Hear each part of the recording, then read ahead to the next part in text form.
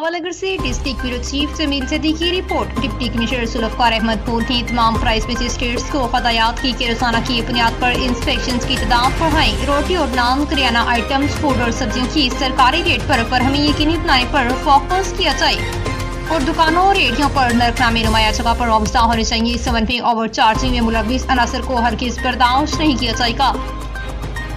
इन ख्यालात का इजहार उन्होंने प्राइस कंट्रोल मजिस्ट्रेट की कारकर्दगी बारे इजलास की सरद करते हुए किया। डिप्टी कमिश्नर ने तमाम प्राइस मजिस्ट्रेट्स की कारकर्दगी का जायजा लिया।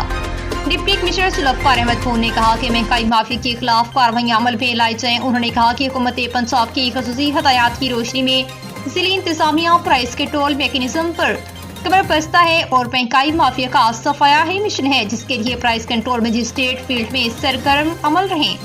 तमाम प्राइस मजिस्ट्रेट्स अशिया जरूरी की कीमतों का जायजा लेने के हवाले से बाजारों और मार्केटों का दौरा करके मुख्तलिफ मकामात पर रोटी और नान की सरकारी रेट पर दस्तयाबी समेत चीनी, चिकन, फल और सब्जियां और रोजमर्रा इस्तेमाल की अशिया की कीमतों का जायजा लें। इजलास में तमाम महकमों के अफसरान ने शिरकत